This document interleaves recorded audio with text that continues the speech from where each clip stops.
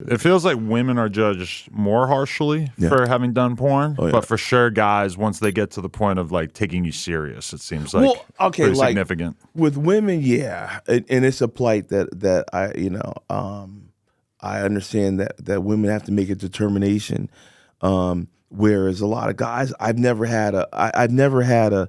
I can't say never about anything, I can say never about a few things, but I've never had a bad thing from a guy in recognition of me being in the industry. I haven't had a bad experience with that. I've had some communication in social media where some people think that I'm without God because I do movies, you know what I'm saying? Which isn't the case, but as we can agree, most men are lauded for doing movies, and the majority of women receive a different consideration. Definitely. What made you decide to retire a few years back, and then what led to you returning? Well, okay, first I wanted to achieve 21 years. And so as of 2019, I cleared 20 years. So that had been my main thing. And then I got an opportunity to work in 19, and then that breached the 21st year. By 2019, I could barely walk. Both my hips utterly destroyed. And this is from porn. Well, no, each hip had its own catastrophic injury. Really? Yeah, that I didn't address at the time. So my right hip was the first to have a catastrophic injury that I didn't get medically addressed. That got worse. Then my left knee, I had a catastrophic in my left hip that I didn't get addressed. Wow. Now, both issues were exacerbated with my hip action and what I do for a living. Right. Whereas I was grinding my hips, grinding the what is it called in between the joints? Not collagen.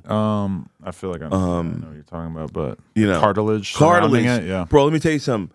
When I went, the surgeon that did my surgeries hadn't looked at my x-rays until the first time I came to meet him, right? Mm-hmm. So he's like, he wheels around this chair and he's looking at the x-ray. I don't know what the fuck I'm looking at.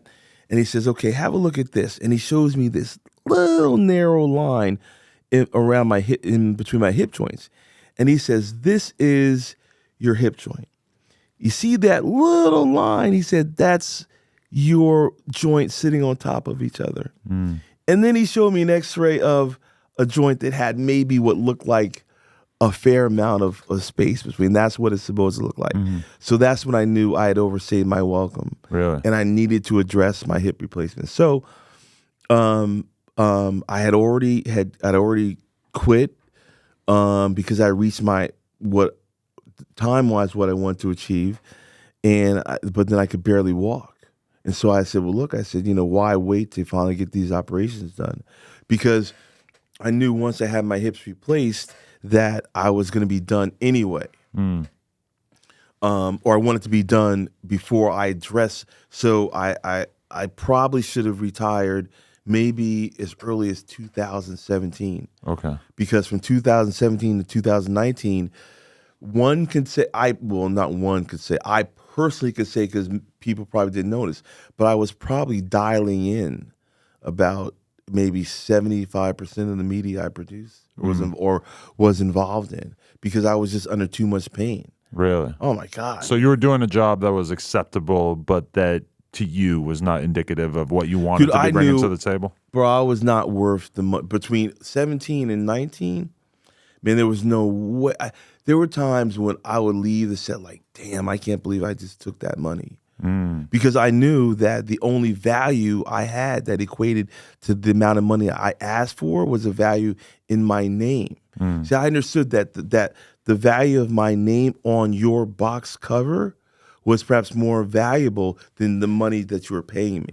You're going to make exponentially greater amount of money because I'm in your movie than what you're going to pay me directly. Right. So I knew I could show up, damn near take the money. No one gave a f because now they could say Lexington Steele was in your movie, and it was a selling point that the person that sells your product could use when he's speaking of the cast list, there's a monetary value in names. See what I'm saying? If your name is not worth anything, then the salesperson is not going to bring it up. So, so when I stopped in 19, I was fully aware that I needed to stop. I was fully aware that I was in jeopardy of damaging my legacy, if you will, my brand, because I always understood that the last thing someone sees of you, my fear was, what if that is the last thing they ever see of you? Yeah. So if you saw me circa 2017 to 2019, man, you might have had a totally different, opinion of who Lexington Steele was. So luckily, I had a great surgeon. He did a fantastic job. He steered me out of getting both my hips done at the same time. He was like, "That's ludicrous. You're single. You live alone. The first 2 weeks, you're going to be 100% immobile." So I was out of the business from basically February of 2019 fully until my return in June of 22. What was it like taking a step back? Was it being out in a way? Yeah. Was it? Oh my God. Was it kind of depressing in a way? It was depressing. I put on weight, the whole deal. Really? I became I became a curmudgeon, if you will, because I got to the point where I was jealous of people that could run or jog, because I couldn't ride my bikes. I'm an avid cycler, road bikes, mountain bikes. Really? I couldn't do either until I got my legs fixed and my hips fixed. And then once I got my hips fixed, the physical therapy started before the surgeries, right? So by the time I got them both of them done, and I was, I've always been a gym rat, and I was able to get back in a certain amount of shape. That was like, I missed doing it. And I was like, the chicks were, I was like, by 2022, I didn't know anybody, or pretty much 95% of the girls I didn't know. Porn's like that. You take a few years off. Take a few months off. Yeah, it feels like a whole new crew. Yeah. Cash out. So I came back in June of 22. My good friend Mike John, who we've done great work, going all the way back to the anabolic days. We both came back together and we said, hey, let's put our heads together like we did back in the day, and we do our thing on the Jules Jordan label. So, so I have a line over there. He has a line over there. He shoots my stuff. I perform in his line as well as other Jules Jordan media.